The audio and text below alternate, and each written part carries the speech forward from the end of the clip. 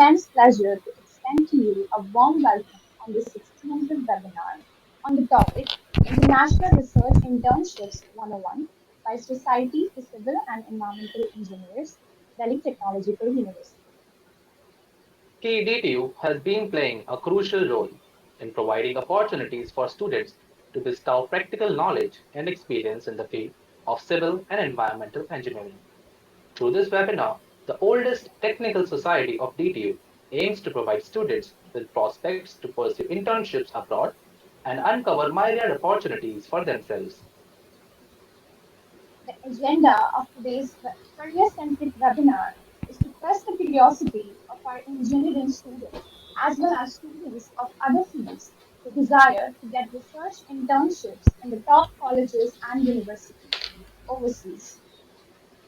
Let us now move forward to the most awaited part of today's webinar, where we all will get to see the unparalleled insights of our panelists that will help future aspirants dwell well. We have with us our three panelists who are resolute members of SCEE, securing research internships at top-notch universities in Canada under the MITEX Global Link Research Internship Program. We are pleased and proud to welcome. And firstly, we have Kanak Sharma, she is a fourth year student pursuing B.Tech in Civil Engineering from Delhi Technological University. She was the Civil Tech Head of SCEE during the academic year 2021 to 2022. She is currently a MyTax Global Link research intern for the year 2022 at the University of Windsor, Canada. Secondly, we have Ritvik Anshu. He is a fourth year student pursuing BTech in Environmental Engineering from Delhi Technological University. He was the Environmental Tech Head of SCEE and the Editor in Chief of SCEE's premier magazine Ignite during the academic year 2021 2022. He is currently a MITEX Global Research Intern for the year 2022 at the University of Regina, Canada. Agya Mishra. He is a fourth year student pursuing B.Tech in Civil Engineering from Delhi Technological University. He was the joint coordinator during the academic year 2021 to 2022 and is currently serving as the president of SCEE. He is presently a MyTax Global Link research intern for the year 2022 at the University of Toronto, Canada. The panelists will now take over the virtual podium. Hence, we request Agya to kindly present his screen. Thank you for the introduction. Let me set my screen.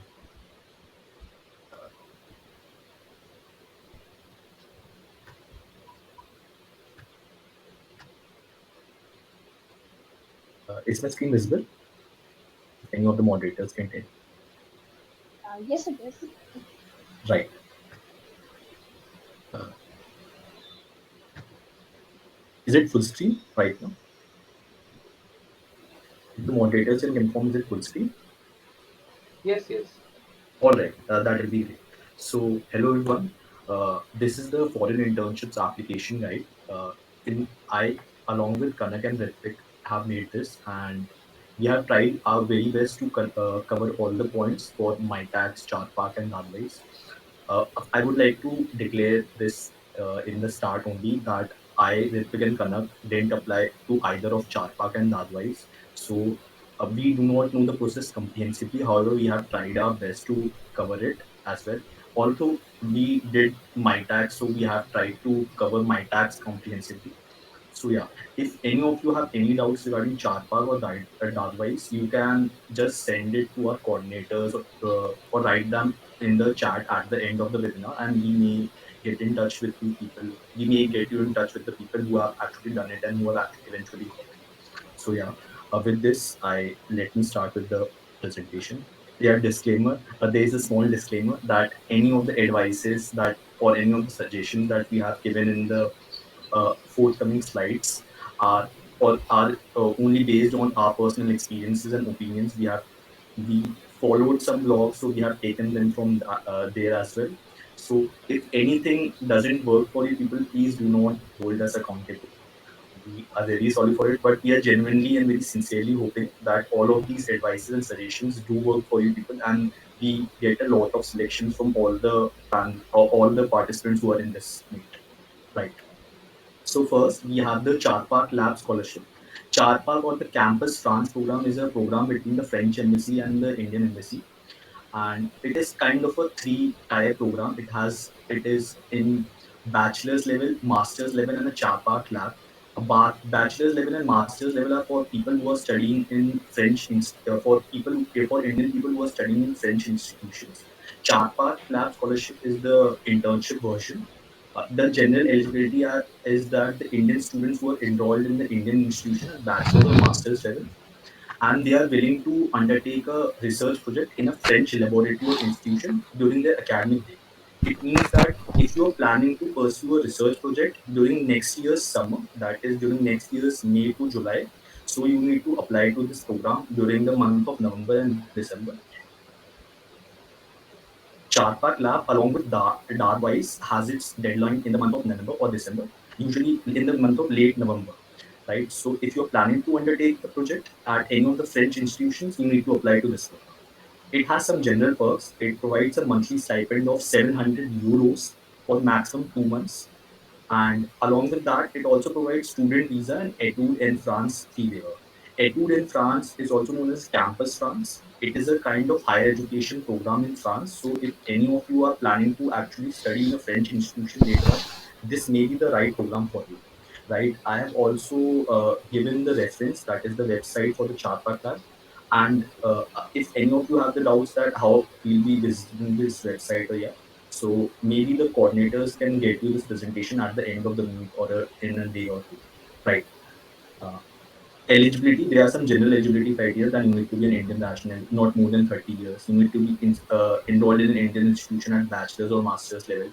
And uh, this Charpak Lab and Dadwise have some differences from MyTax. For both the Charpak Lab and Dadwise, you need to individually apply to the French laboratories or institutions. However, in MyTax, you have a portal and you are applying to projects there. We'll be covering MyTax, but yeah, I'm telling you that, and you need to get an acceptance from any of the French laboratories or institution first, and then you need to apply this program. So if you are eventually looking out for this program, this is the right time when you are cold emailing and when you are writing bulk emails to these French laboratories and institutions. My friend Kanak will cover bulk emailing and cold emailing in the later part of this webinar. So, the duration should not be less than 1 month and should not exceed 2 months. And if the duration exceeds 2 months, the awardees will have to cover the expenses for the rest of the duration by themselves. Right, that was. So maybe Kanak can cover this. Thank you so much, again. Right. Hello, everyone, and thank you so much again for the insights. Now, with regard to Dadwise scholarship, it's actually one of the most coveted scholarship and which is very competitive, much more competitive than MyTax. Why? Because here, all over India, almost 160 students are selected, and it has a very stringent criteria for CGPA. Like, I would say the official CGPA criteria is 8.5, but it is advisable not to apply if you have a CGPA below 9.3. So you can imagine the tough competition. So, with regard to that wise, another thing that comes into play is that not everyone is eligible. Like, they have a separate list of institutions that can apply, and they have explicitly mentioned those institutions. You can refer the link and all the instructions, how to apply, where to apply, like what all documents would be required, under whom you can apply for the scholarships. It is very comprehensively mentioned in the database.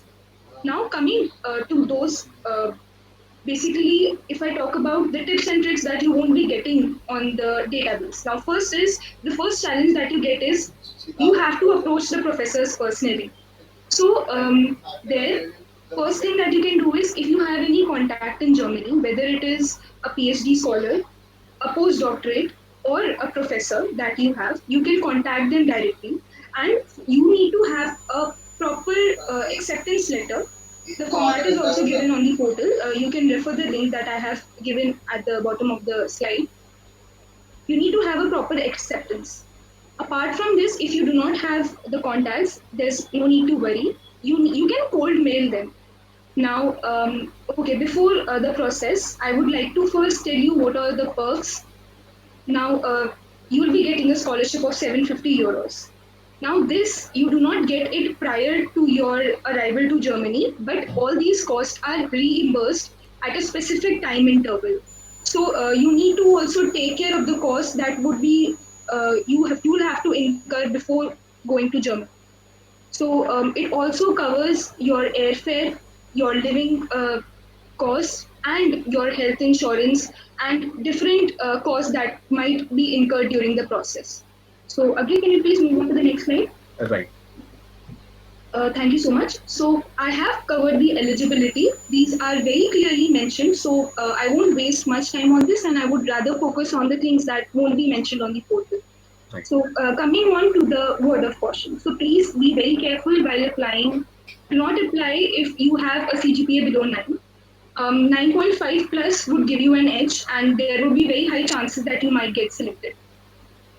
So the first step is CGPA. The second step comes to cold mailing.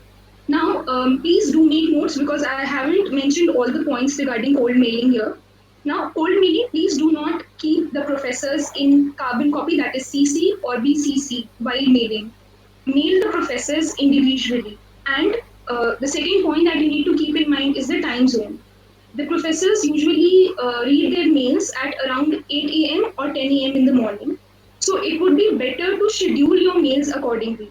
Okay, so you might write a mail at 10 p.m. at night, but you can schedule it according to their time zone so that you have a higher probability of your mails to getting read. Secondly, you need to follow up.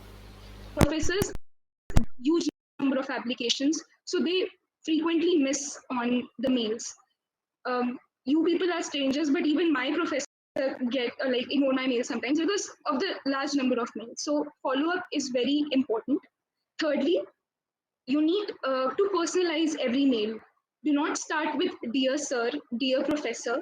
Always write dear professor, then name. That should be the salutation while addressing to any professor.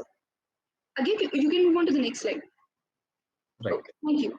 Okay, so dear professor and then last name. And then in the first few lines, very briefly, you need to introduce yourself. For example, your name, your year, your branch, your college. And then why are you applying should be mentioned in the first line itself. Like you need to mention that I am interested to work as a summer research intern, and very importantly that you would be funded by dadwise research internship, because most of the cases the professors might leave it because they might think that they not do not have any funds to call you there. So if you mention that okay, my internship is funded, so they might consider. And do mention this in the subject line as well, that application for summer internship under dadwise. So please do mention it explicitly. So this would be all about introduction. In the second paragraph, you can mention, okay, so this is the most challenging part, that you need to convince the professor that you are genuinely interested in pursuing a research internship under him. So what you can do is you can go through some of his research papers. I know it might be a lengthy process, but that is how it works.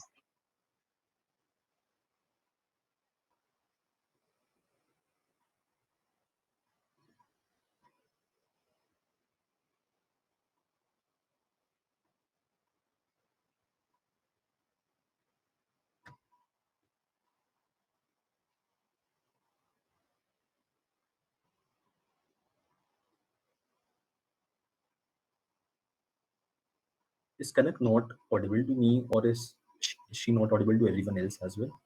She isn't Yes, it audible. seems like a connection issue. All right. Let's wait. Let's wait a second or two for her to join back.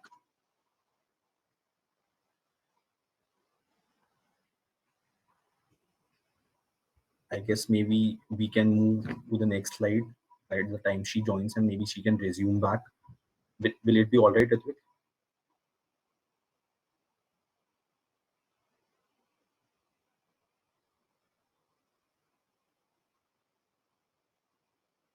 we can move to the next Yeah, slide. works for To me. all of you who are making notes or something like that, please have it there. Till the time, let us introduce the MyTax version. Right. That'd be great. Yeah. Ritvik, maybe you can take this one. Okay, yeah, so I'll go ahead. So when we talk about MyTax, the program that all three of us have joined for our internship, MyTax is basically for Canada. You apply to different universities, and it is a 12-week program that covers all of your research expenses that and your travel expenses and your living expenses. Basically, we'll talk about it in the next few slides. So, okay, can we move on to the next slide? Right. So we'll look at the eligibility criteria. So most of these are already criteria that almost all of you already fulfill. So what you'll have to be is 18 years of age, and maybe you just read through that. I'll just very quickly mention the criterias that are not clearly mentioned on the website, but those are the criteria that they kind of use in order to shortlist candidates. So first thing is they'll look at your GPA, which is very obvious. So they claim that they require a GPA of 8 or 7.5. Like they don't really specify a particular number, but if you get anything more than 8.5 or 9, 9 is suggestible. So that helps you out. But it's not a very stringent rule that if you don't get a 9, you're not eligible anymore. So they look at the kind of skills you have and the kind of skills they require for the projects before they decide which candidate is suitable for a project. So what you'll have to also know is you'll have to be proficient in English. So English is a very basic requirement here. So you'll have to prove in some way or the other that your English is right up to the mark and you can move shoulder to shoulder with anyone that has English as a first language. And then you'll have to just choose a date between May 1st and 31st October to just you'll have to choose a window of 12 weeks in between these two dates that you'll just join in the universities, complete your 12 weeks here, submit a report at the end of it, and then just leave. Again, we can move on to the next slide. Ritvik, maybe Kanak has joined. Maybe she can resume back and then you Yeah, sure. continue. So we'll pick it up from here again. Right, Kanak, if you are joined. Yes, I'm so sorry for the network disruption. Absolutely all right. Absolutely all right. Okay, so okay, so I was there on the convincing part. So you can read about the research papers like very briefly. Bird's eye view would be enough, and you can mention that you found it intriguing. It's not necessary that you mention all the details, just in one or two lines. But make sure that you read the most recent research paper, because that would most probably be the area that the professor would be currently engaged in. If you mention about a research paper that he did 10 years ago, it would more or less be useless. So in one or two lines also, if you just mention that, okay, I was interested and I found it very intriguing, it might just spark an interest, okay, that he is interested. And lastly, you can mention that what are your specific achievements. Do mention any projects that you did in a very similar area, uh, as you are as for a project that you are applying. Also do attach your CV and transcripts. Now, one most important point that I would like to mention here: do not attach a PDF. Upload it in a Google Drive and share the link. And like make sure that you change the description, that you can mention that, okay, your name and your CV, your name and your transcript. All right. And if the professor is not replying, make sure to follow up every week. In case 1 or 2 months or like a couple of weeks pass, you can even try reaching to their postdoctorate students or doctorate students. And their details you can even find on their website. So this was all about cold mailing. If you, after that you will get an acceptance, or maybe if not, you can try in other internships as well. But after cold mailing, the process would start wherein you will have to ask for letter of recommendations that would be covered in detail in the MyTax section.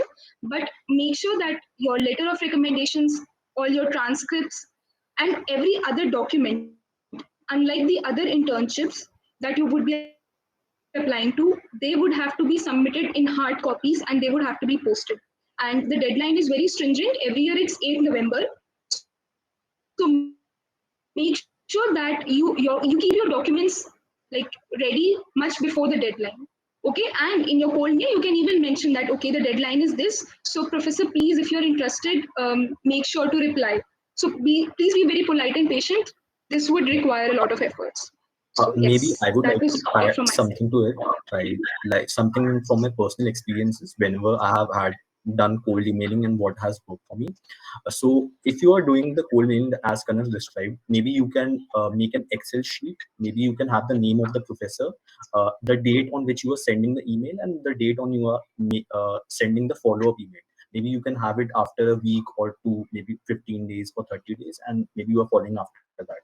So doing this will help you keep a record. Also, also summing up couple of key takeaways from Kanak's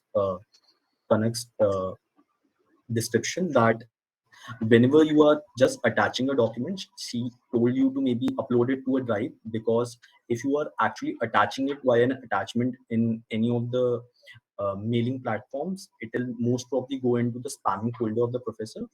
And other thing, that to customize and to individualize each of the emails that you are sending to the professors will absolutely get it in one shot. They see a lot of emails every year. If you are just sending a general email, and if you are sending that one, maybe you are absolutely decreasing your chances of getting into the program. So please individualize and please customize the email that you are sending to each of the professors. All right. I guess she explained very well. Maybe we can resume back to where Ritvik was explaining in the slide. Right, Ritvik, if you can just take over. Ritvik? So if I remember correctly, we were done with the eligibility criteria. I guess we were on the next slide. Right, that would be great.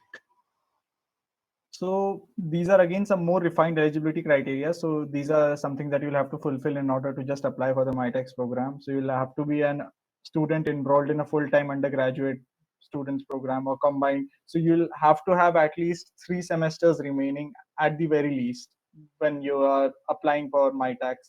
That is the very least number of semesters you can. You can have either 3 or 5. So that is how it works. And your institute will have to be enrolled in either of these two organizations, AICTE or SICI. So you can look those up and check those lists, whether your institution is a part of it and what is the eligibility criteria and how do you apply for it. The process is more or less similar. All you have to do is just mention which of these two organizations is your institution a part of. And then here are some attached links. You can maybe look into them in the future and just kind of get an idea of what the internship is about, how it works, what are the list of the organizations, and just kind of get an idea where you stand when it comes to this process. Let's move on to the next slide again. Right, So this is the timeline. So between April and June, you'll have to just look into this and look at the faculty applications. And this is also, that is not relevant for you all at this moment. So what you'll have to look into, the important part, that is August to September. So these are the student applications. Here, what you'll have to do is you'll have to fill in an application form, which is very comprehensive. You'll have to just fill in all the details. We'll talk about it in the next few slides in very much detail. But you'll have to know that you'll have to create an application which is like explaining your strengths and pointing out how you can be a part of some project that is enrolled under MyTax and how you can help that project reach better heights. And then you'll have to get letter of recommendations, and those all, we'll just talk about that later. And your internship joining dates, like that has been mentioned here, is between May and October. So you'll have to choose a 12-week window, as I said earlier, between these two time periods, and you'll have to just complete your 12 weeks in between, submit your report, and then just head back to your country and resume your college life. So just to add, if it is of much relevance, last year, for our year or last year, the internships opened on around 13th of August, and the deadline was around 22 September. yeah. So it will be at the same time this year as well. So maybe you can keep a track of it. Right. Ritik, do you want to add something on this slide? So it's always a month. So it's better for you to finish your applications at least 2 or 3 days before the deadline, because you should always keep that in mind. Like sending in an early application is not bad, but sending in an application once it's too late, it's impossible. As soon as the portal closes, there are no changes that you can do to your application, no matter however insignificant that change might be. There's no change that is being entertained. Try to finish your applications at least 2 or 3 days before the final date, and then just wait and watch how things unfold and hopefully hope for the best. Let's move on to the next slide. Right. So perks of working for with an organization associated with MyTax. So there are plenty of perks. I can tell you with first-hand experience. Agya can say it, Kanak can say it. Like there are a lot of perks to this. So apart from all the monetary perks that have been mentioned in this slide, like you get a very decent stipend, they cover your living expense, they cover your travel expense, they cover your food expense, they cover your expenses for going out, enjoying, having parties. They literally take you around and show you Canada. Here, my university has taken me to a lot of trips here and there. So a lot of things happen here, no doubt. But apart from the monetary experience, what you gain is a 12-week living experience in a different country. That is something you can cherish for your entire life. You build memories, you get an exposure, you get to see what competition is like abroad. And the best part of all of it is you don't have to spend anything from your own pocket. Like if I'm being very honest, they give you enough stipend to spend on yourself, live comfortably, and buy a MacBook by the time you get back. So I'm being very honest when I say this. So maybe that's something to look into it in the future. And the last point is the most important one, which is exactly why MyTax is being pushed by Canada so much. MyTax really wants you to come back for masters and study in Canada, and Canada provides a very wide range of excellent institutions that are working in research backgrounds, in proper science backgrounds, or even in humanities. Like, don't even for a second think that MyTax is only for engineers or it is only for doctors or anything. MyTax is a very big and open field. Even in my institution, people that are living in my own dormitory, there are some working in literature, there are some working in economics, there's some working in pure mathematics. So MyTax has a very wide range of works available. You just choose what you want to do. Your course holds no barrier. You might be a student from engineering but work in mathematics. You might be a student from engineering, work in literature. MyTax is very fluid in that. But what you'll have to prove is that you're worthy enough of the project that you're trying to get into. That is for you to do. And just read about the MyTax graduate fellowship. That is a 15,000 CAD fellowship that they provide as financial support to anyone that has completed the MyTax internship on the previous year. You just look into that and then move on to the next slide and again maybe take it from Right. Let me add something to this. This Global in Graduate Fellowship of some 15,000 CAD, it is in addition to any of the other funding sources that you will get whenever you are applying to a master's or a PhD or a postdoc program. So supposedly you are getting a scholarship or a TA-ship from your university. It is in addition to that. It is provided you in two halves. That is 7,500 CAD each year.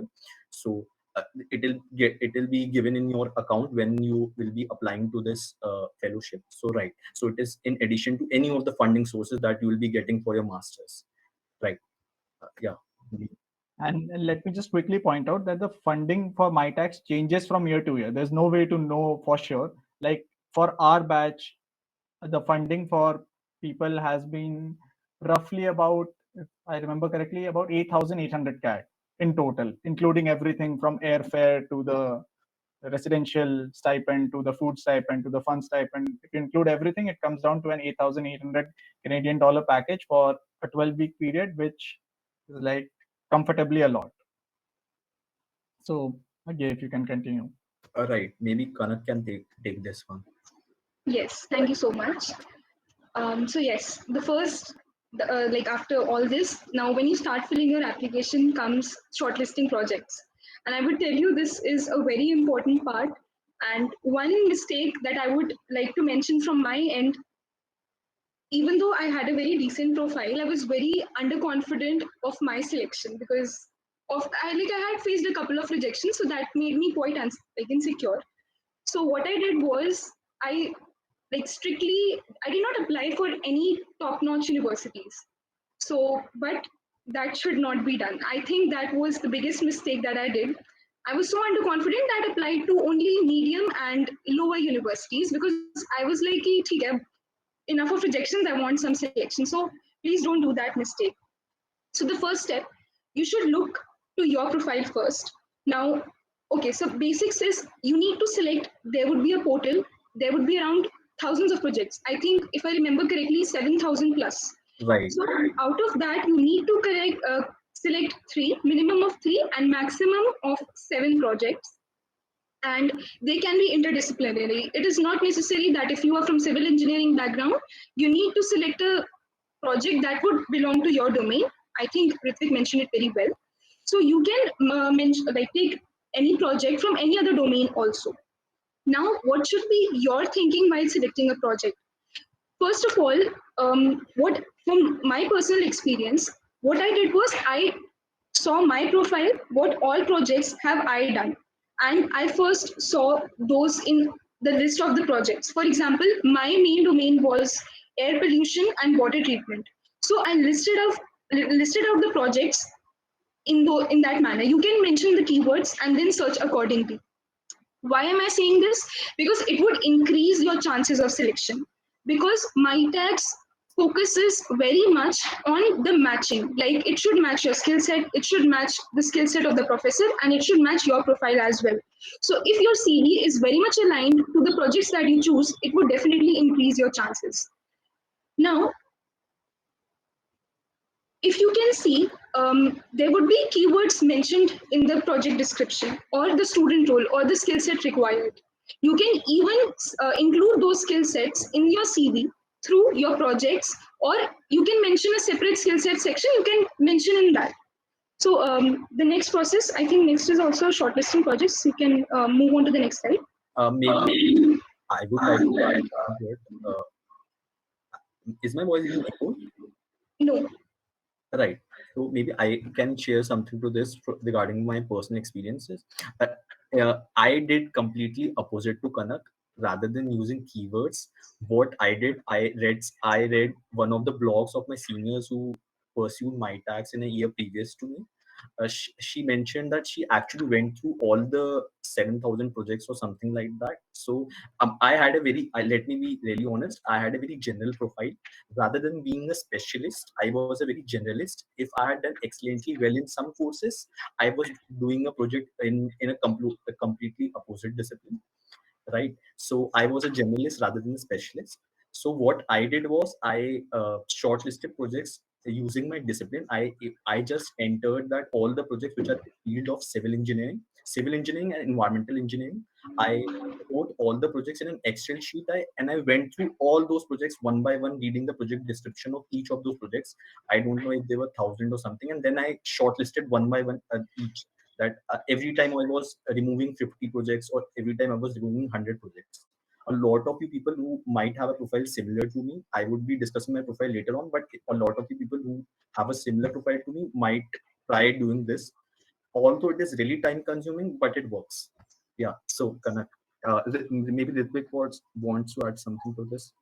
So if you're asking me how did I shortlist, it's like it's a very funny story. Let me just tell you. Like the only project that I've ever worked on apart from this MyTex project was something that was on glaciology and hydrology. So I was very clear that this is the field I need to be working in. I just searched up the words water security and generic terms from hydrology and just noted down all the projects from there. There were about 150 or 200 of them. And then I just started looking up the cities, which of those cities has like a better university. And when that didn't work out, the last thing I did was which of these cities is beautiful, which of these cities have places to visit nearby, which of these cities are popular tourist destinations. And that is how I shortlisted my college. Because at the end of the day, once you come here, it's more or less a piece of cake here. So Maybe some of you can try shortlisting projects on the basis of universities as well. Some of you may wish to go to Toronto, downtown Toronto, or like that. So maybe you can try. and and Calgary is a pretty good choice because it's in the middle of a very beautiful national park. Maybe you can choose Calgary. It has a decent university and it's very good for tourism. Right. Yeah. Kanak, please continue. All right. So I think Agir did the process very sincerely, and that would be the ideal situation that you would prefer to move in. But I would like very honestly speak, like honestly say that don't follow my thinking because I was so underconfident and I wish that I might have applied. But it is what it is. So have a balance. Like you have 7 projects that you can apply to. So have a balance on very good universities, medium universities, and the universities are not saying universities are bad, but yes, lower QS ranking. So now safe universities, we cannot say safe, but yes, they usually have a higher rate of acceptance.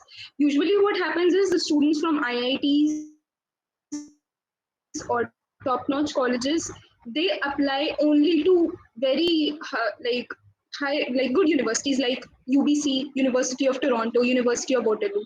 These are top-notch universities. So the competition there is very high, and the professors, their requirements are also they increase up to that extent. So those can be included in the ambitious profile. Now these three categories might differ as per your profile. If your profile is very good, an ambitious university might be your safe university. Can't be said, but yes, for a normal profile, ambitious, moderate, and safe. Ambitious are like UBC, University of Toronto, University of Waterloo. I think University of Calgary is also nice. Then moderate would be then I think in QS ranking of 2000 sorry 300 to 500. I would say moderate ranking. Safe ranking would be below 700. Those universities, I won't take the names, but yes, you can search for the QS rankings, and also please make sure that the project that you are applying to, you have genuine interest in that. Because most of the cases, like in my case, I'm very pretty sure that if the project that I am in, if I would have gone to Canada to pursue that, most of the time I would not have been interested in that because it was completely regarding um, chemical analysis, and I hate chemistry. But somehow I applied. So please make sure, because 3 months you have to deal with that project. So make sure that you have a genuine interest. Otherwise, as Ritvik said, you can even choose the tourism aspect. So I think this would be it about shortlisting universities from my end. Right. Maybe I would like to add something to this. Uh, Regarding the universities, as Kanak said, prioritize the projects, and this is the reason why we covered shortlisting projects first, and then we are covering shortlisting universities. Do prioritize the projects first rather than the universities, because you would have to spend 12 weeks doing that project. If you are not comfortable with the project, if you are not interested in the project, you would not be able to pursue it. So please prioritize the projects when you are applying. Also, do keep a combination of all these universities. I would not suggest you that you are having only safe universities or only universities that are lower ranked, and you are only having universities that are very highly ranked. Please have a mixture of all these. Like you are having two projects each from all these, or one project of ambitious, two project of moderate, two project of safe, something like that, and that will be your safe bet. Also, let me just reiterate it if I have not said it, but it is very important to get a selection in a lower ranked university rather than not get a selection in a higher ranked university. If you are thinking that I'll just be applying to all the highly ranked universities, the U of T's, the University of British Columbia, the University of Waterloo, the McGill, so I think you are making a wrong choice. Do keep a combination. Do try to maximize the chances of your selection. All right. I did this and I got a selection. I eventually got one in U of T, but yeah, this worked. I would say that be honest with yourself. You know yourself better than anyone else. So how you can judge yourself is based on the profile of previous interns. What I did was, how I judged myself was on the basis of what previous interns profile was. So I literally stalked the profile, LinkedIn profile of each and every dad-wise scholarship in like recipients, my tag scholarship recipients, and I judged myself on the basis of that. And accordingly, I thought, okay, this is my standing and I'll apply accordingly. So please be honest with yourself. You are not going to tell it to anyone, ki, I have applied to these universities. It's particularly your choice. And at the end, what would matter would be selection. It would not be that you were not selected, but you applied only to top-notch universities. It would hold no significance. So please Yeah. be self-aware. Also, as Kanak said, do go to the LinkedIn profiles. I think I forgot this one, but please do go to the LinkedIn profiles. Also, if any one of you is having any kind of preconceived notions or stereotype that uh, a lower project in a lower university would not eventually land me up where I'm aiming to do masters or a PhD program, then you might be wrong. Please go to the LinkedIn profile of all the previous MyTax interns who have done, and even those who have pursued a project in a lower ranked university, in I would say a lower ranked university as according to the QS rankings, they are eventually doing their masters or PhD programs, or are pursuing PhD programs at the top notch universities in the US. So yeah, so you might be wrong in that aspect. So please go through the profiles of all those who are actually pursuing graduate studies and who were former MyTax interns. Like Right. I know some, like I know, I have a colleague who applied to University of Windsor. He Right. had an excellent profile, but he came to that university only because of the project. So it was because he was really interested in it. So I think if you are prioritizing the project, provided that you want to pursue your masters, so that would be an important factor, because if you are going for masters, you would need to justify your choices in your SOP. So I think you can choose accordingly. Right. Ritvik, maybe you would like to add something to this? Yeah, so as for the point of choosing lower ranked universities, once you get to Canada, you come here, and when you work, there's when you get to work with the professor, your professor being from a lower ranked university will obviously connect you with people from the higher ranked universities. Once you start working here, there's an immense network that you get to exploit that includes everyone from every university in the entire state. And now, when I tell you, you have to believe me, not all universities in an entire state can be bad, even according to QS rankings. Some of them are doing phenomenal work, and the bad and the good only differs when it comes to the funding of the project. If you go to a university that is ranked very low on the QS rankings, it does not get enough funding. And let me tell you, it's not fun working on a project that is not getting enough funding as much as it deserves. So once you get to a better university that is getting funding in excess, then you get to enjoy yourself, have a fun time around, and still work on a project very seriously without having to worry about budget constraints or other stuff. So it's more or less about what project are you choosing. I'll always advise you to prioritize your project and then prioritize the city. That comes second. Always choose the project before you prioritize the university or the city or the state.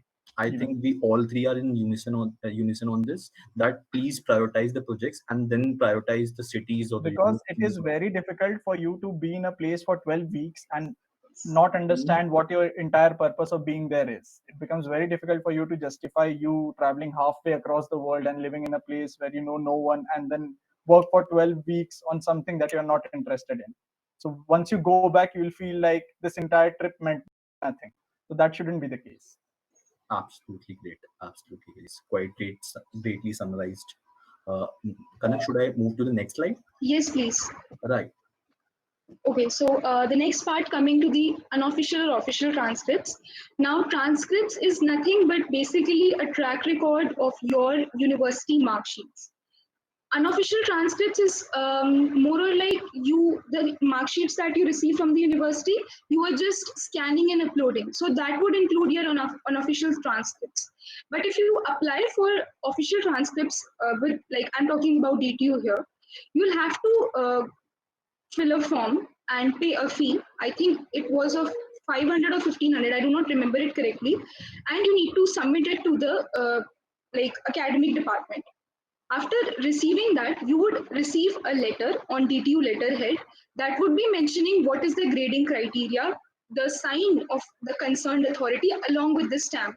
And you will have to give a photocopy of your mark sheets in case, like in my case, what happened was I did not had the mark sheet of my, like, official mark sheet of my the latest semester. For example, fourth semester was the one.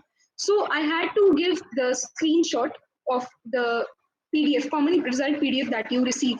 So what they would do is highlight your name and sign and stamp it on that sheet. So this is what your official mark sheet would consist of. And I, like, there have been incidents where people have applied with unofficial as well.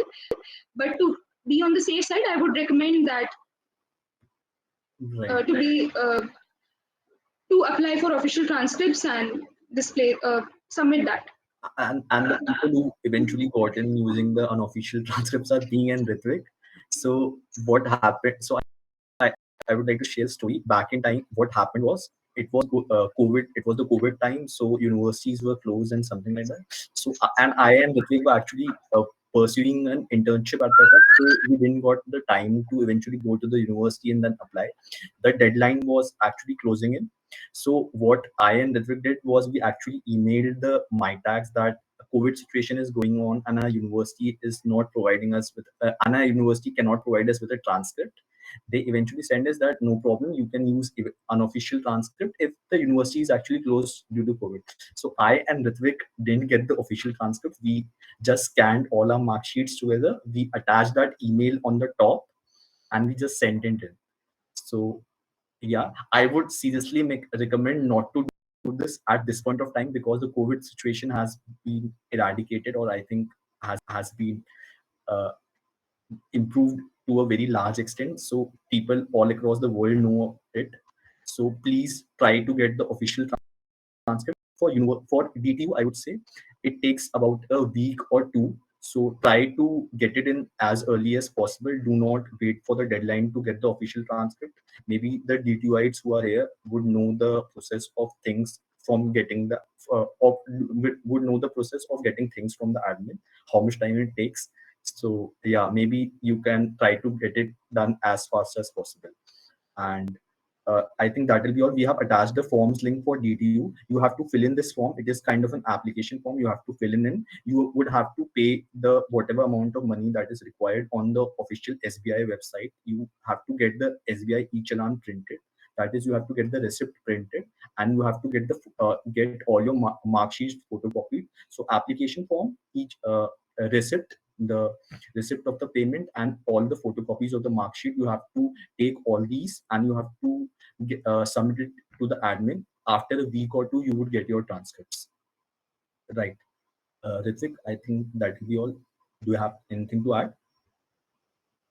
It's just that start working on transcripts as soon as possible. Don't leave it hanging till the end, because then it becomes almost impossible to fetch your transcripts, and then you'll have to make up excuses which will not be entertained when the COVID time is already over now. Right. Yeah. Kanak, So, maybe you can. Uh, Kanak can maybe talk about the letter of and maybe recommendation. eventually we can add our stories as well. Kanak, maybe you Yes. can add this one. Okay. So, letter of recommendation. So, I was very sincere in this case, at least. I would tell you there are three types of letter of recommendations that I know of. One is average, second is good, and the third one is excellent. What this average consist of is the professor would write ki, okay, this student worked under me for so and so period, and his academic record is excellent, and I would recommend this student as uh, for this internship, so and so internship. So it would be an average letter of recommendation, and it is of no use, very clearly I would say. Second comes is a good letter of recommendation.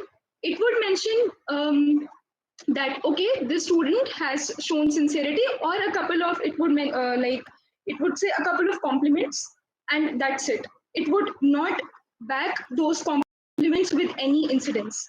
What would an excellent letter of recommendation would include is every compliment that the professor mentions, he backs that with an incident, and that is what happened in my case.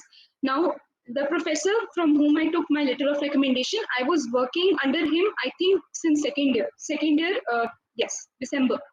So, like, I had worked on projects, various projects, and even I conducted an event under him. So it was like leadership qualities, academic excellence. He was my like, he taught me two subjects as well. So he knew my class response, he knew my ability to learn new softwares, he knew my ability to submit things on time, and he knew my leadership qualities, and he knew my organization, like how I handled events, and how my oratory skills, or other things for that matter. So every quality that he mentioned in my LOR was backed with an incident, and I think it was one page long. So make sure that if you are taking any letter of recommendation, most of the cases the professor would ask you to write yourself, and he would then later on edit it. So if you are taking it from a professor, make sure that you have worked under him for quite some time, so that you have some incidents to attach along with the qualities that you are mentioning. Apart from that, I think, yes, the most difficult part would be to write about yourself in your letter of recommendation. I think most of the professors in DTU do that. They would ask you to write it yourself. So please don't be modest while writing your letter of recommendation. He would make the changes. Also, please do not, like, write compliments that you don't deserve. That would create a negative impact on the professor for whom you are asking.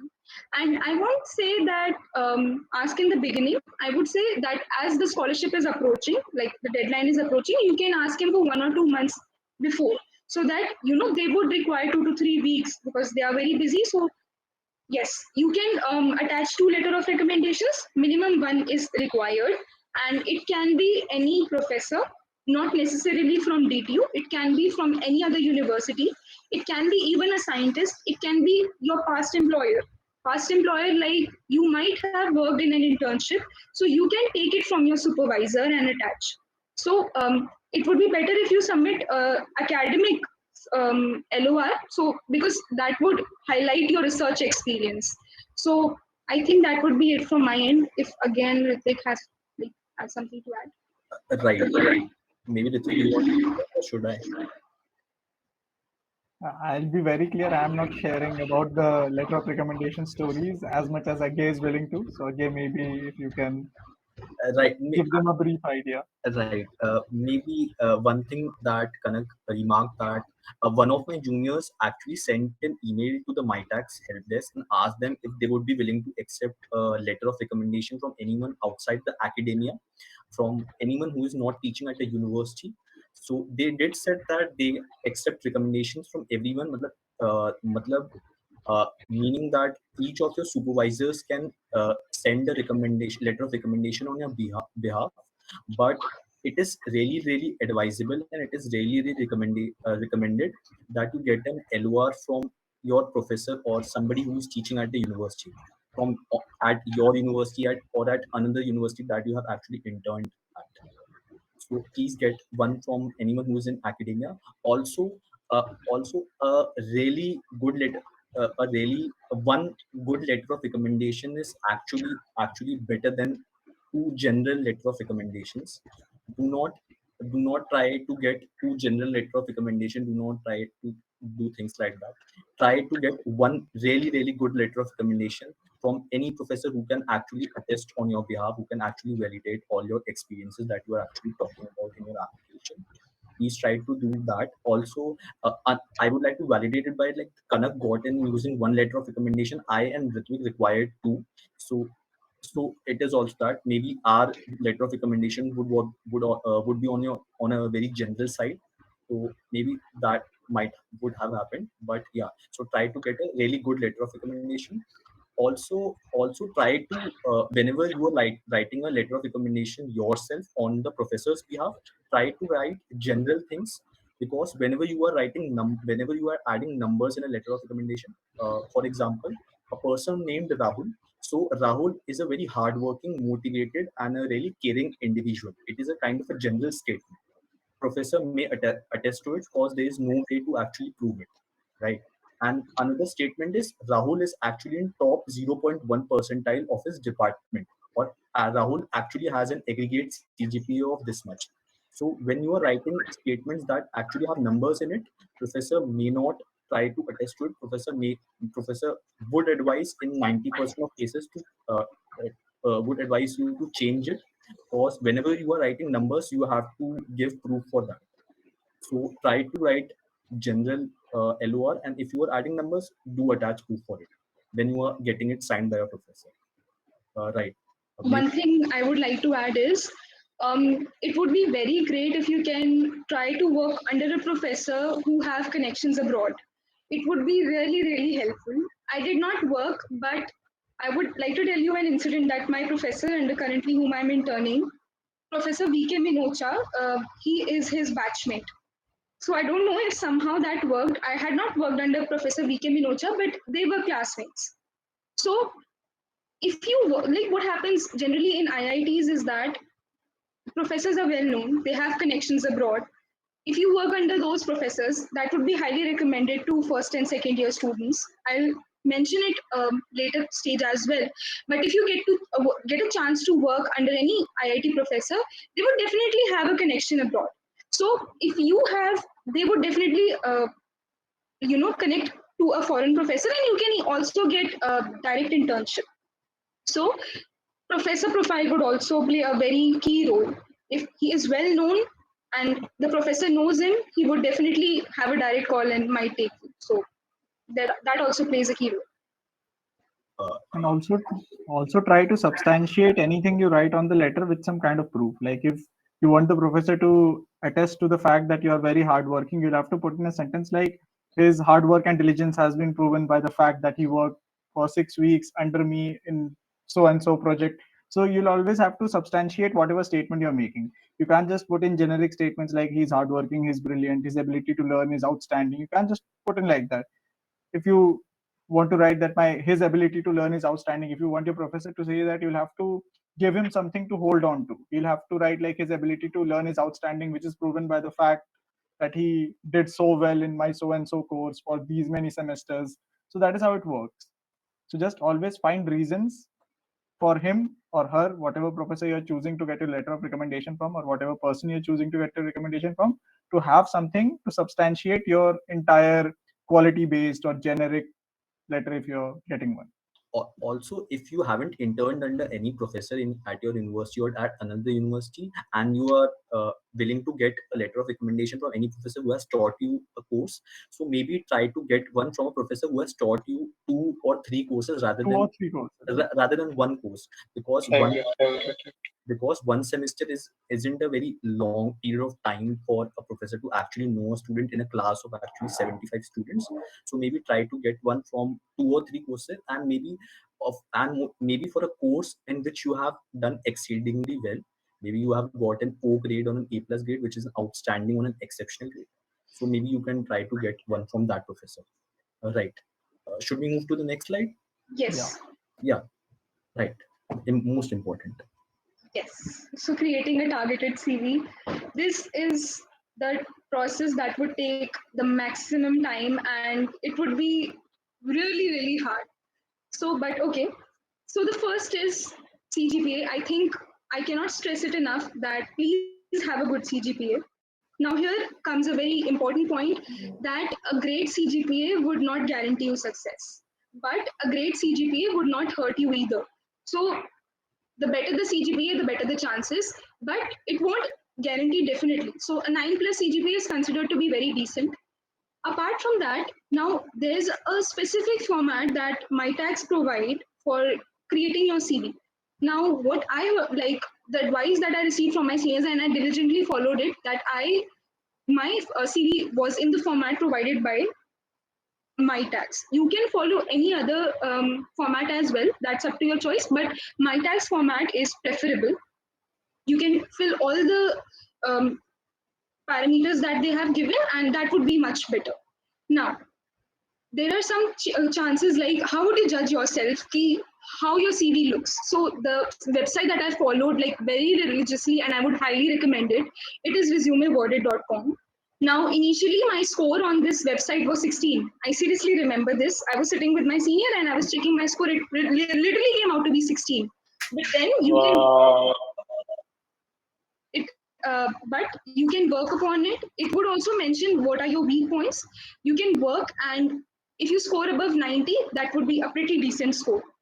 Now, as I mentioned earlier as well, the projects that you would be applying to, they would have certain skill sets, they would have certain keywords, and some repetitive words that the professor might be looking for.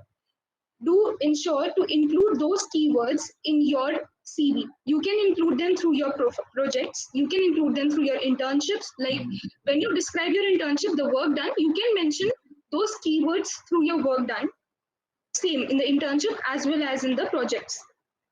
Next, you can express, like for example, if you have a skill like Python, so you can mention it separately in your skill set. That is the thing. Also, please stick to one page.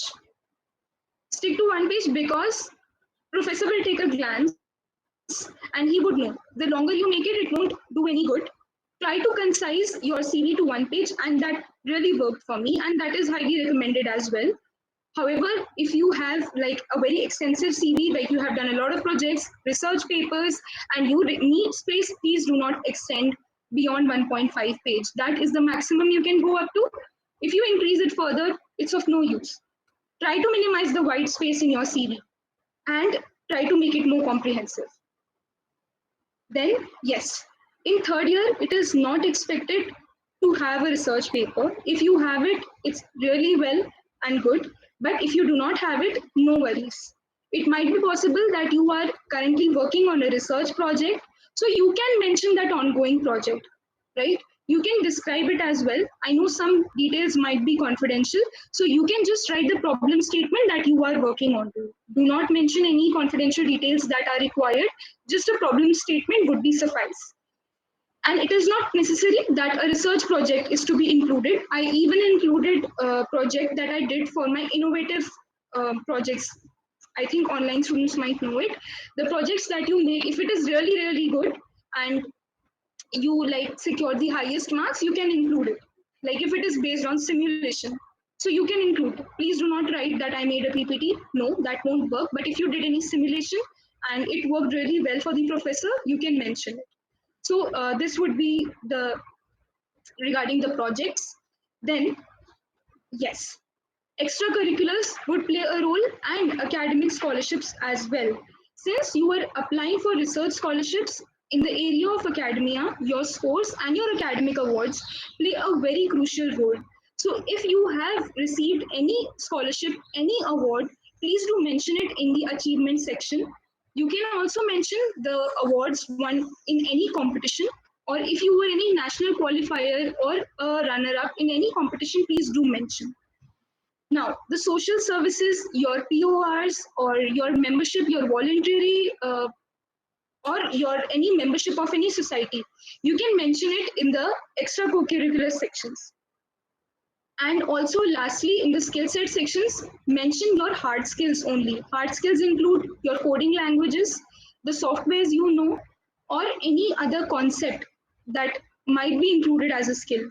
Please do not mention that you know leadership qualities. Try to include that using your extracurriculars, using your projects and your internships.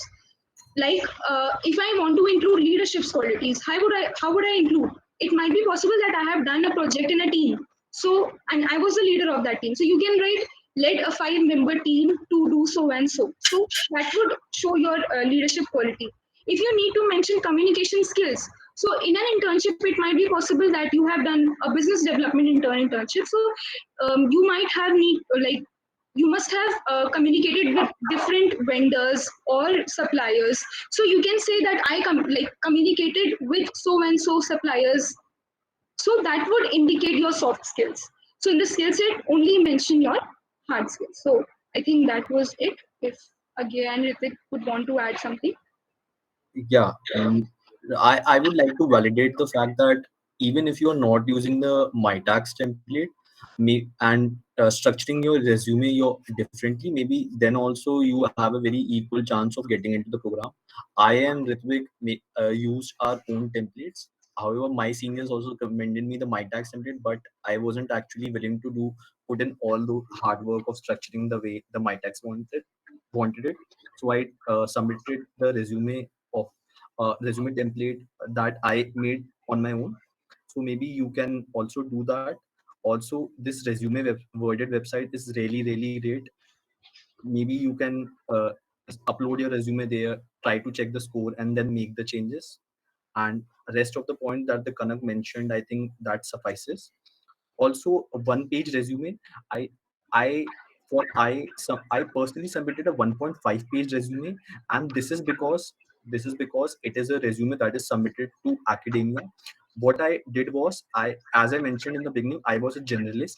The projects that I was applying to, I didn't have anything to validate for.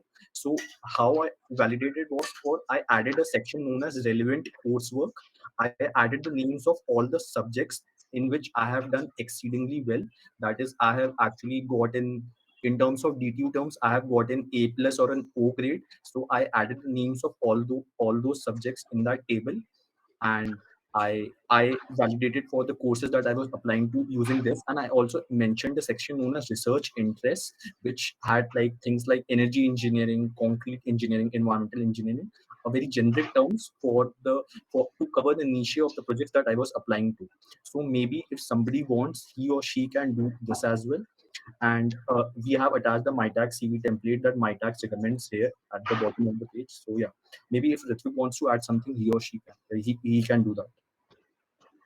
So what you can maybe do apart from what again Ganak have mentioned is, if you are including something that is extracurricular, maybe you can just roll that into the fact that how that will help you in a research project.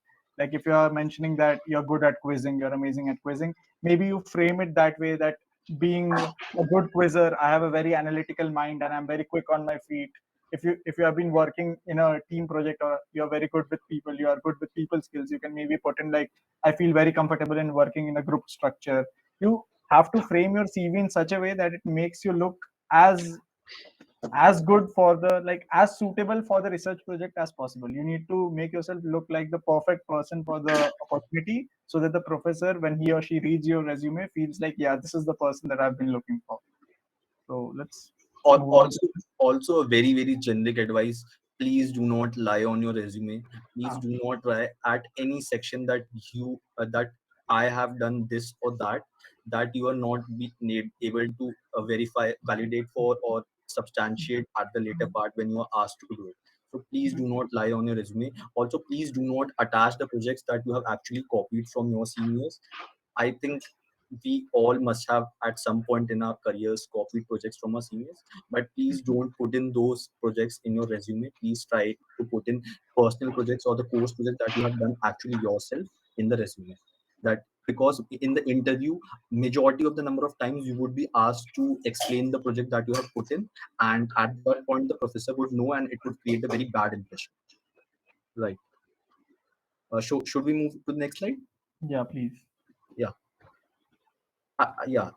So I should take this one. So after all these things, in the application portal, you would be asked to answer three questions. The first of them would be the general description of skills, background knowledge, research interests, and experiences.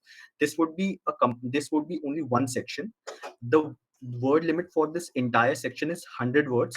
If you think that, oh no, it is a kind of a manual platform, if I'm going to write like something of the sort of 120 words or 300 words or something, no, all the text after the 100 words would get erased and you would only be left with 100 words. So the word limit is 100 words. Please strictly try to stick to that. You need to write about the background and research interest in this section. Now there are two kinds of writing: point style writing and paragraph style writing. A lot of people actually try to sum up all these things in a paragraph. What I did, and I think what majority of successful applicants would have done, they preferred point style writing. You in What point style writing could actually provide you with is that, in whenever you are writing points, you do not actually have to take care of a lot of grammar, cause it is similar to actually how you put things on a resume. So you can actually put in all the things that you have actually done in the form of points. Maybe the things that you actually write in the CV section, maybe you can just copy and paste same into that without doing much changes. Maybe that would work as well. I would not recommend it, but maybe you can do it. Also, to play safe, you can highlight the subjects that you are actually applying to as your prioritized research interest. Just I mentioned that in my resume as well, I had a section on as research interest. The niche of the projects that I was applying to, I mentioned all the areas in my resume. Like, if I'm applying to a project of energy engineering, I do not have anything to validate for. I haven't done any previous project in that field. I haven't even taken any coursework, but I would still write that I'm interested to pursue energy engineering. I'm still interested to pursue environmental engineering, right? A lot of this might not be that you a lot of these fields would be that you might not be interested. But if you are trying to maximize your chances, and if you are trying to maximize your chance of getting into a particular project, I would recommend you to do that. Moving on to this, maybe if Ritvik and Kanak wants to add something in this section. uh, Kanak, Ritvik. I think again you summarized it really well, and I agree with all the points. I think that would be it. All right. Ritvik, should I move to the next slide, or if you want to add something? Yeah, please do. Like, you have covered Right. it pretty well.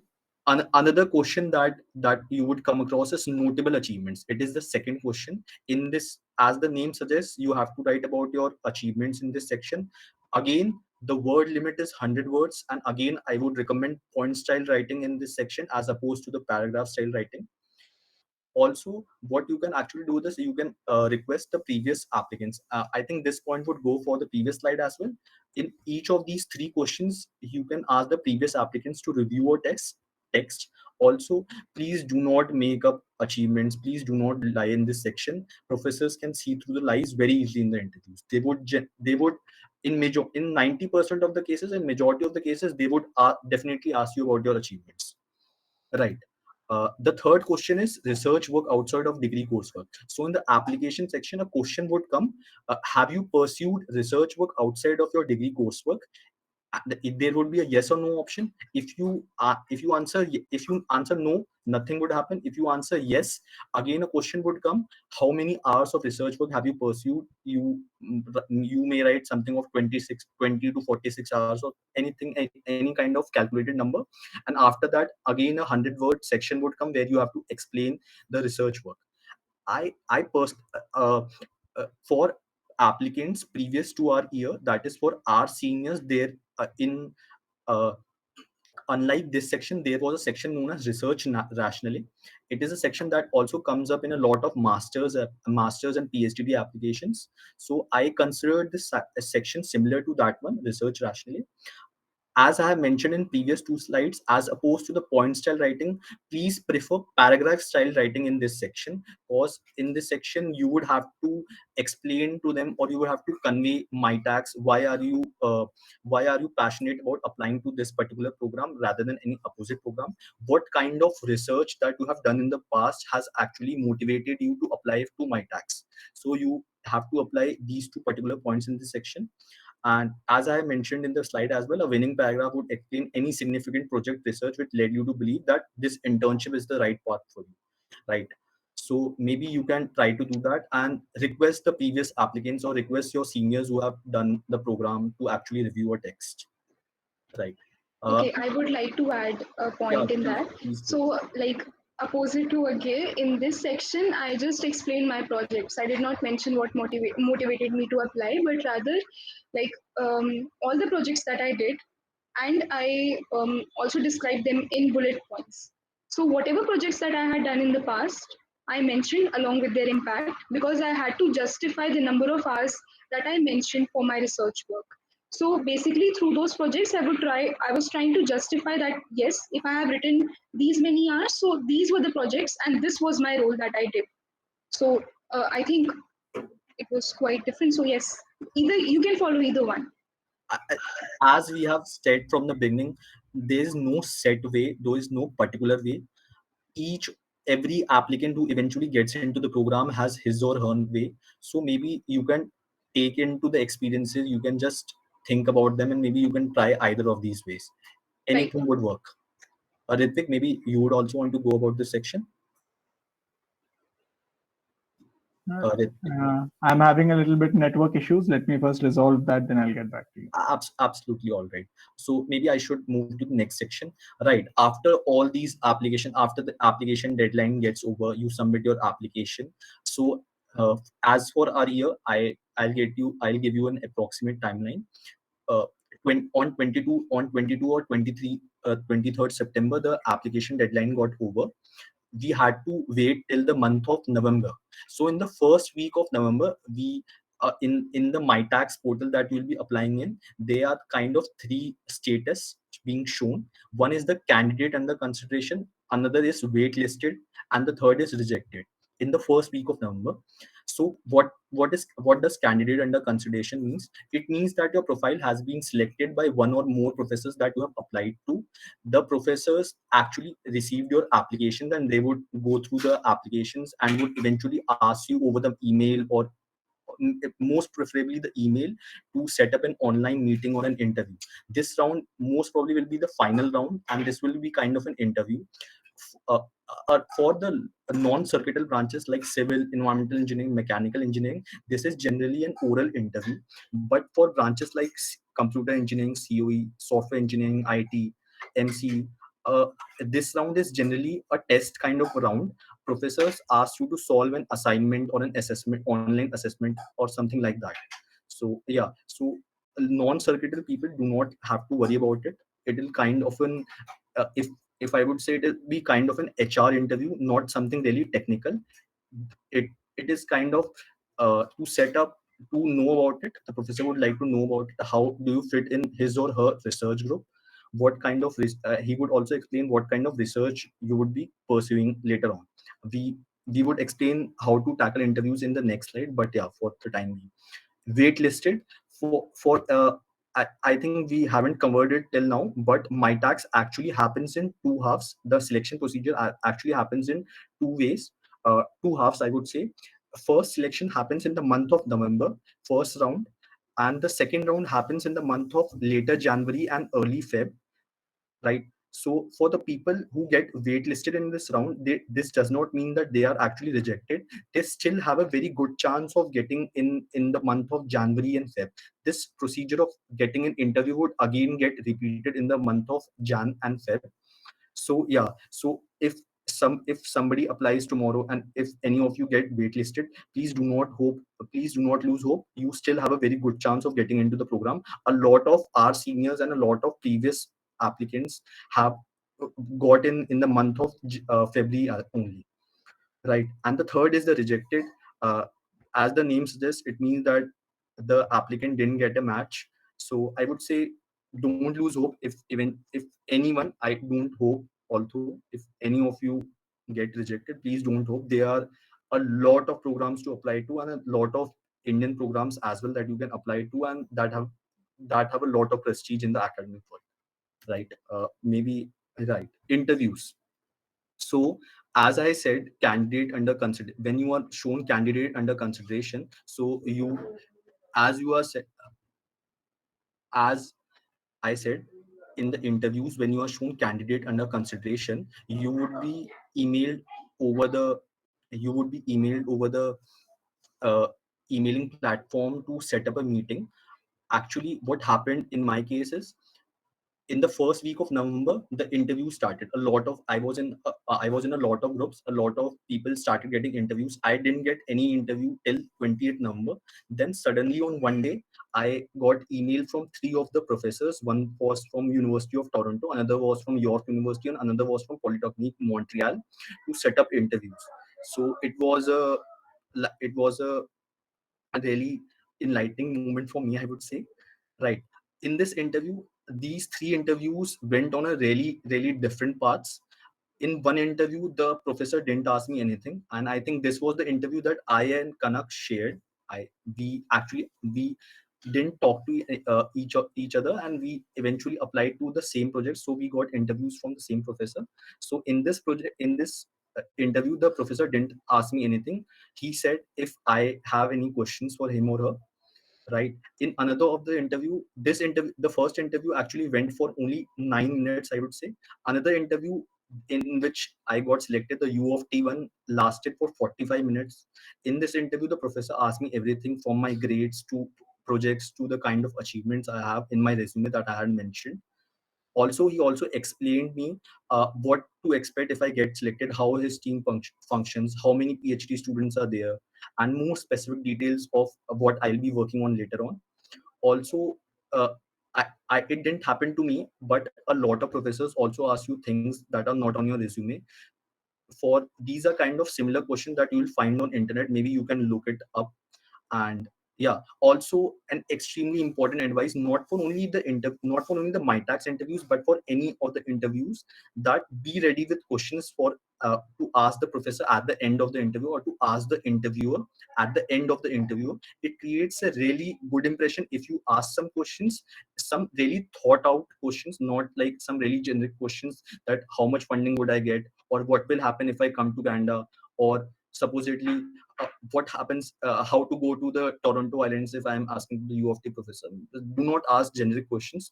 Be really specific about them. It creates a really good impression. And if everything goes well, you would get selected. And I would say, if you are getting an interview, if you are getting 2 or 3 interviews, you would have a greater than 60% chance of getting selected. So please do not lose hope. Maybe if this is a really important section, maybe I would like to ask Kanak and Ritvik to explain their experiences as well. Kanak, Ritvik, either of you can go ahead. Okay, so like in my case, I was contacted by two professors.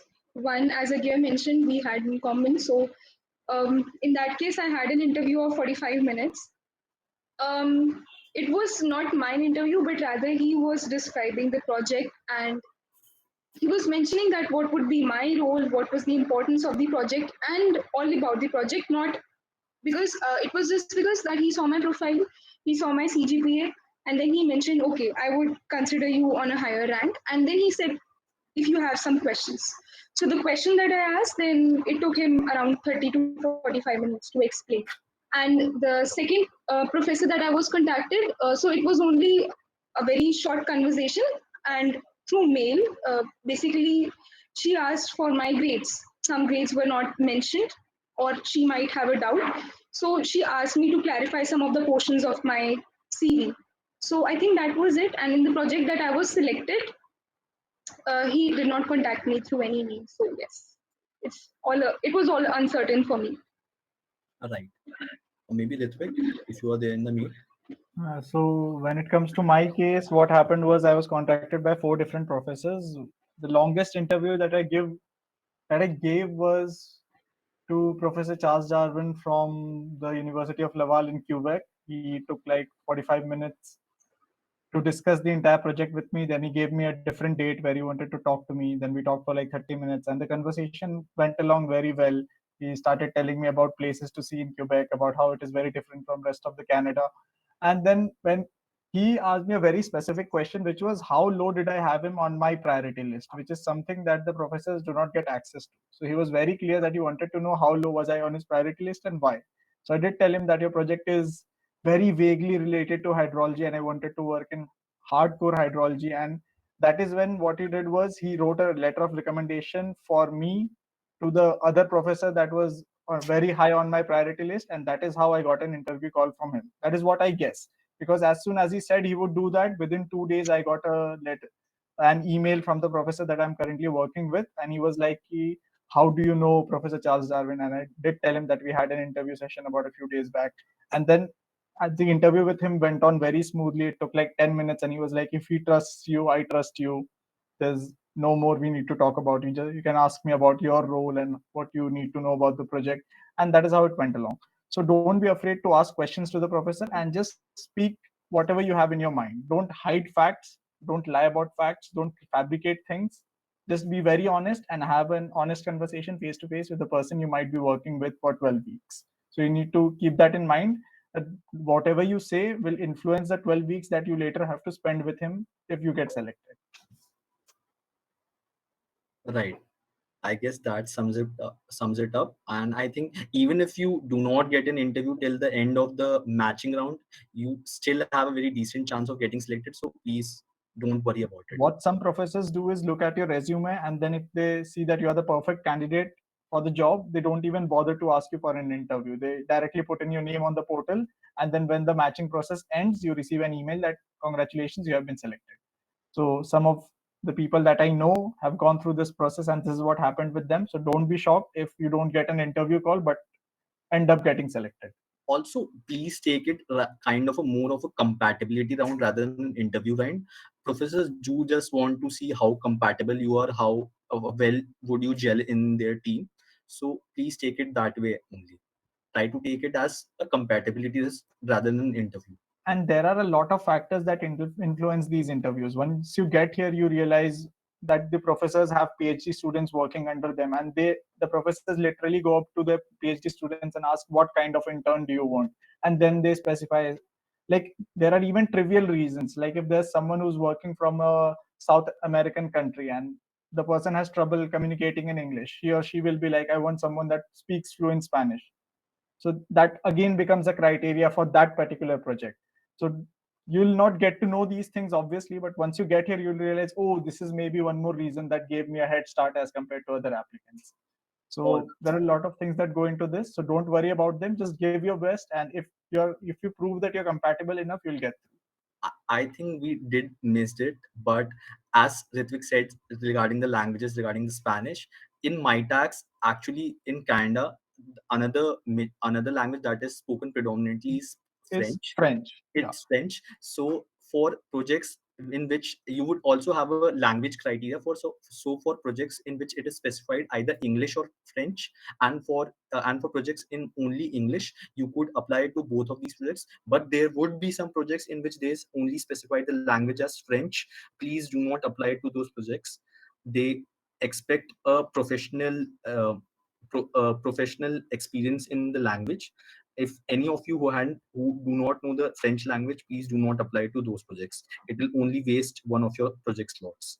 And if you think that you know French, try talking to a French person, and then maybe he or she can keep you in check, and you'll realize that you only understand French and pretend that you speak it, because they really do give you a reality check when you try and speak French with them. Right. And So, this particular instance will happen to projects that are based in Montreal, or that are actually so associated with the So be world. very Yeah. specific when you apply to projects in Montreal, in British Columbia, and Quebec, Right. because these three places have predominantly French speaking populations. So once you apply to the universities there, some of their projects, or maybe 50% of their projects, are based on entirely French languages. So you'll have to be very, very clear. And the French that is spoken in Canada is very different to the French that is spoken in Europe. So even if you do have an idea of the French from there, you can't be sure that once you get here, you'll be as fluent as you are in the European version or the standard version of French that we are taught in India. Let's move on to the next. Also, one thing I missed is that you actually the professors, when accepting you, they actually have two options, yes or no, to accept you or not to reject you. So you also need to have the professors higher up your priority order to eventually get an acceptance. So after the interviews, you would again be allowed to change up your priority order of the projects. So maybe you can try to do that. There's a lot of matching that actually happens behind the platform or at the back end. It is not in control, it is not in your hands, it is not in your hands, it is not in the professor's hands. So please take care of this as well. All right. Moving on to the next slide. Yeah. The individual profiles, maybe Kanak can take Okay, so profile. Yeah. I would rather say that it is just what worked for us rather than our profile. So I think the factor that helped me the most was my CGPA and the academic awards. Not the projects, because the projects that I had listed, completed ones, were based on computer science or electronics. So I won't give credit to them. So my academic scholarships and my CGPA and the current projects that I was working on. So yes, I had two internships. So like one was based on air pollution and the other was on wastewater treatment. So accordingly, I applied to my projects after looking to my profile. So yes, won't I don't want to elaborate it further. So yes, this was it. All right. Ritik, can you take your So in my case, I did have an okay GPA. I didn't have an exceptional GPA that makes a professor go wow. I got interview calls from multiple places, and then I've just listed my interview calls according to the priority that I had put in my application. So as you can see, the University of British Columbia is a very great university. British Columbia is an amazing place to stay. It is very beautiful. You can have the time of your life there. But the project simply wasn't as important in my perspective or in my career plan. So I put it very low. So you'll have to be careful with that. And in my case, what worked was the 100-word things that we had to write in the application. My professor, when I got here, we obviously had a chat, and then he told me, I really liked how you framed those. So in those 100 words, I exactly mentioned how the points that I had written in my CV make me perfect for the project that I've applied to. So I just put in things like, I am a decorated national essay writer, and so and so. So I'll be great at putting stuff from the literature review into the perspective of a research paper. So in those short lines, I mentioned how the skills that I have will make me the perfect person for your project. So you'll have to do that. And maybe something or the other, your application just needs to have a standout section that once the professor looks at that, he or she goes, wow. Like in Kanak's case, it was the GPA, as she said. In my case, it was those 100-word points. You can move on again. Right. Coming to my profile, I had a CGPA at the time of application of 9.02. I had done only one internship, that was at the organization Survey of India. It's part of Ministry of Science and Tech. And I had done only one research project. That was also ongoing at that time, and it was in the field of structural analysis. Other than this, I had a lot of mini projects that were in the field of computer science and electrical engineering. Also, I don't know what the professors looked at my profile, but they did like it, and that was pretty evident by the interview calls. I got interview calls from University of Toronto, the York University, and the Polytechnique Montreal. University of U of T and the York University were on on first and second on the priority order. U of T as goes it, and the Polytechnique Montreal was on at the fourth number. So also I also did apply to British Columbia, the University of British Columbia. It was at the sixth number.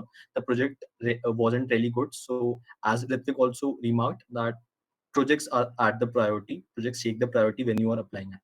So I guess there is not a lot of things to explain the profile. Moving on to the next slide. What you should do right now if you're third year. Ritvik, if you can explain it.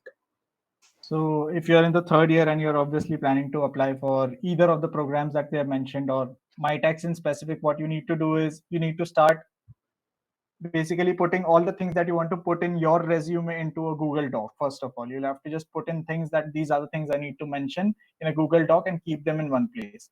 Then you need to have a good relationship with your professors. You need to like be very clear in your mind that these are the professors I want an LOR from, and then you need to start talking to them and maybe kind of give them a hint. When the time comes, I'll approach you for this, sir or ma'am, whoever it is you're taking one from, and then you'll have to be very clear that this is what I expect, and I hope that you can maybe write one for me. So, and then the official transcripts, you'll have to be very prepared to just circle around the admin 10 times or 15 times in a single month to procure them, because DTU doesn't work as efficiently as you think it does. So you'll have to be ready to just go round and round around the admin and maybe hope that someday you get your transcript on time. So keep at least a 15-day buffer